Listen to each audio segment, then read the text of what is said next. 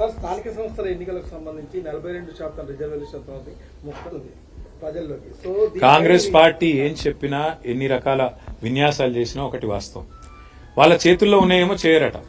కాంగ్రెస్ ఏం చెప్పింది, బీసీలకు బీసీ డిక్లరేషన్ లో సంవత్సరానికి 20,000 కోట్ల బడ్జెట్ పెడతా అన్నాడు. 5 ఏళ్లలో 1,00,000 కోట్ల బడ్జెట్ ఇస్తామన్నారు. బీసీలకు 42% వాటా ప్రభుత్వ కాంట్రాక్టులు ఇస్తామన్నాడు. చేతులునేమో చేయరట. OBC ministry పెడతామన్నారు. బీసీలకు 42% వాటా ఇచ్చిండా పోనీ మినిస్ట్రీలో? పోనీ ఓబీసీ మినిస్ట్రీ పెట్టిండా? 1,00,000 కోట్ల బడ్జెట్ అన్నాడు, సంవత్సరానికి 20,000 కోట్లు అన్నాడు పెట్టిండా? బీసీ సబ్ ప్లాన్ అన్నాడు పెట్టిండా? అవెంత మోసము, ఇదంతే మోసము. నేతి బీరకాయల నెయ్యి ఎంత ఉంటుందో కాంగ్రెస్ పార్టీ బీసీ డిక్లరేషన్ లో కూడా బీసీల పట్ల చిత్తశుద్ధి గంతే ఉన్నది. మైసూర్ బజ్జీలో మైసూర్ ఎంత ఉంటుందో గంతే ఉన్నది తప్ప ఇందులో ఏం లేదు.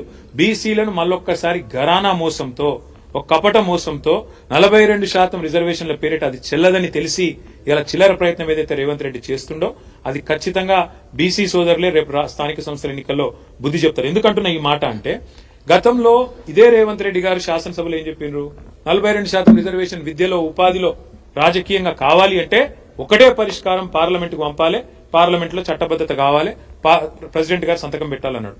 మరి నిన్న లోకల్ బాడీ ఏదో పంచాయతీ ఆర్డినెన్స్ చేసిన అన్నాడు. మున్సిపల్ బిల్ కూడా ఇంకా సవరించలేదు. విద్యలో ఉపాధులు ఏం చేస్తాడో తెలియదు.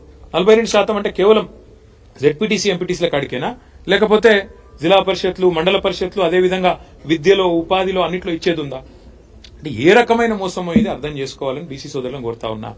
ఒకటే ఒక మార్గం, ఈ దేశంలో 42% రిజర్వేషన్లు సాధించాలి అంటే ఎస్సీలైనా ఎస్టీలైనా ఏ రకంగానైతే 9th షెడ్యూల్లో రాజ్యాంగంలో చేర్చి తమ హక్కును పొందుతున్నారో రాజ్యాంగబద్దంగా, అదే పద్ధతుల్లో బీసీ సోదరులు కూడా 9th షెడ్యూల్లో చేరిస్తేనే కాన్స్టిట్యూషన్ లో హక్కు వస్తుంది తప్ప రేవంత్ రెడ్డి ఒక ఆయుధం బారేస్తేనో లేకపోతే ఒక ఆర్డినెన్స్ బీజేపీ గవర్నర్ గారికి ఇస్తేనో ఇది అయ్యేది కాదు.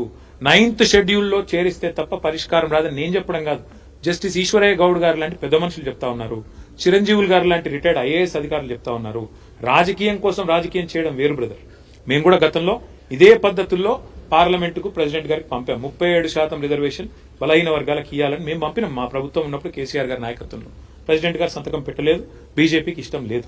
వాస్తవం ఏంది, చిత్తశుద్ధి లేని శివపూజ లాగా ఏదో ఇయ్యాలి కాబట్టి 42% ఇచ్చినామని చెప్పుకోవడానికి చెప్తా ఉన్నారు తప్ప ఇందులో ఏ రకంగా కూడా అందులో న్యాయబద్ధత లేదు, చట్టబద్ధత లేదు, హేతుబద్ధత లేదు. ఇది బీసీ సోదరులకు అర్థమైంది. ఎవరికి అర్థమైనా కాకపోయినా ఇది మాత్రం వాస్తవం అని నేను చెప్తాను. Thank you.